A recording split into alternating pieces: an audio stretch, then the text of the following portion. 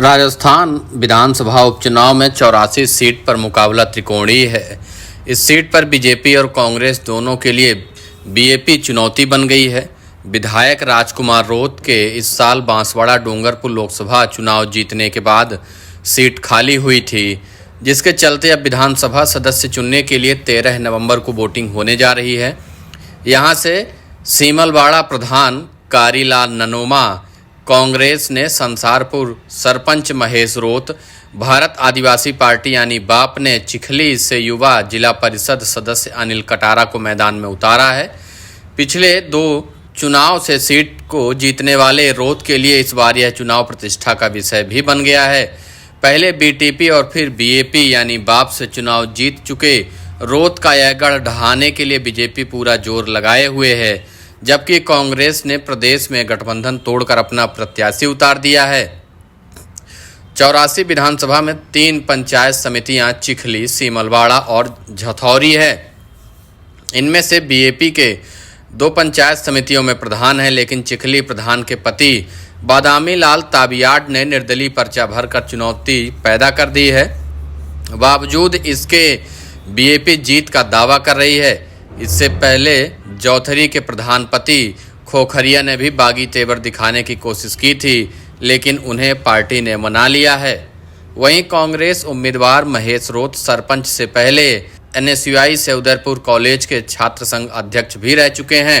गठबंधन टूटने के बाद पार्टी ने इस नए चेहरे पर दांव खेला है।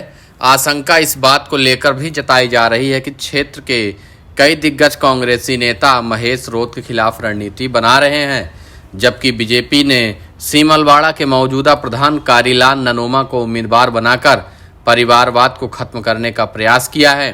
पिछले 2 विधानसभा चुनावों में पूर्व विधायक सुशील कटारा को बार-बार टिकट दिए जाने से लोगों में असंतोष था।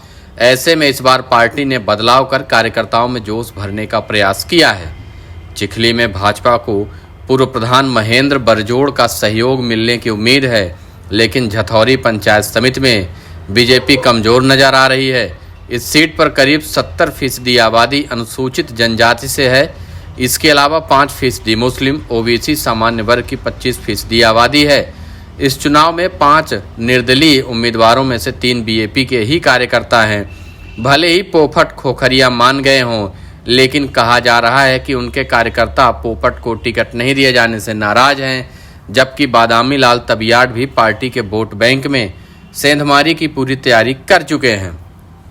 तो कुल मिलाकर कहा जाए तो 84 विधानसभा सीट इतनी आसान नहीं दिख रही है जितनी कि राजकुमार रोत के लिए था।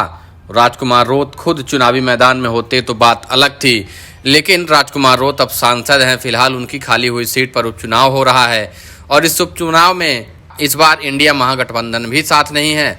न ही राजकुमार रोत की पार्टी को कांग्रेस का समर्थन प्राप्त है, न ही दूसरे अन्य दलों के नेता भी उनके साथ आ रहे, जिसकी वजह से 84 विधानसभा सीट में इस बार लड़ाई राजकुमार रोत के नाक की बन गई है। इस बार सीट बचाना काफ़ी मुश्किल नजर आ रहा है। फिलहाल राजकुमार रोत दिन रात 84 विधानसभा सीट में प्रचार करने में लगे हुए हैं। साथ में अपनी ताकत और बढ़ाने के लिए अपने सभी नेता, सभी उम्मीदवारों को 84 विधानसभा सीट के गांव-गांव घूमने के लिए कह रहे हैं। फिलहाल राजकुमार रोत के लिए इस सीट पर अपनी साख बचाने की चुनौती है और कांग्रेस बीजेपी भी पूरी दमखम के साथ मैदान में है।